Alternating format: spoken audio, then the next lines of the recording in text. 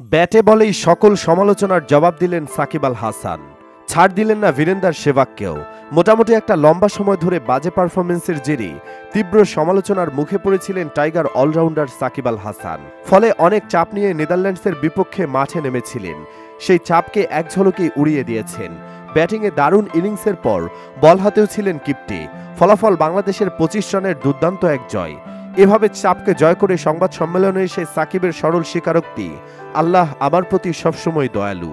এদিন আগে ব্যাটিং করে বাংলাদেশ 159 রান তোলে, যেখানে সাকিবের অবদান অপরাজিত 64 রান।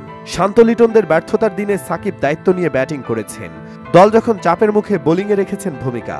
অলরাউন্ড পারফরমেন্স করে চাপকে পেছনে ফেলে ম্যাচ সেরার পুরস্কারও জিতেছেন তিনি। এই জয়ের পর সংবাদ সম্মেলনে এসে সাকিব বলেছেন, এরকম পরিস্থিতি যখনই আসে আল্লাহ ভালো কিছু দিয়ে দেয়।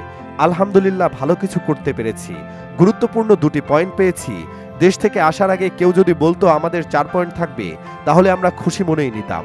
দক্ষিণ আফ্রিকার বিপক্ষে ব্যর্থ হওয়ার পর ভারতীয় সাবেক ক্রিকেটার বীরেন্দ্র সেহবাগ সাকিবের সমালোচনা করেছিলেন। ধারাবাহিক ব্যর্থতার কারণে সাকিবকে অবসর নেওয়ার পরামর্শ দিয়েছিলেন তিনি।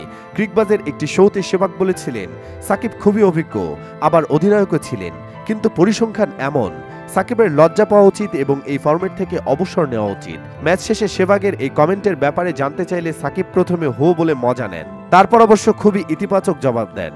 বলেন, একজন খেলোয়াড় কখনো প্রশ্নের উত্তর দিতে আসে না, তার কাজ হচ্ছে দলের জন্য অবদান রাখা। এখানে আসলে উত্তর দেওয়ার কিছু নেই কাউকে। একজন খেলোয়াড় যখন দলের জন্য অবদান রাখতে পারে না, স্বাভাবিকভাবেই কথা হবে। আমি মনে করি সেটা খুব একটা খারাপ কিছু না। বাংলাদেশের গ্রুপ পর্বের শেষ ম্যাচে নেপালের বিপক্ষে ম্যাচটি পড়েছে ঈদের দিন। নেপালের বিপক্ষে জিতে সুপার 8 নিশ্চিত করে দেশবাসীকে ঈদ উপহার দিতে মরিয়া সাকিব। তিনি বলেন, অবশ্যই নেপালের সঙ্গে আমাদের গুরুত্বপূর্ণ ম্যাচ। ওই ম্যাচ জিতলে আমাদের সুপার 8 নিশ্চিত হবে। আমরা মুখিয়ে আছি। ঈদের দিন মুসলমানদের জন্য আনন্দের দিন। বাংলাদেশে সবাই উদযাপন করে।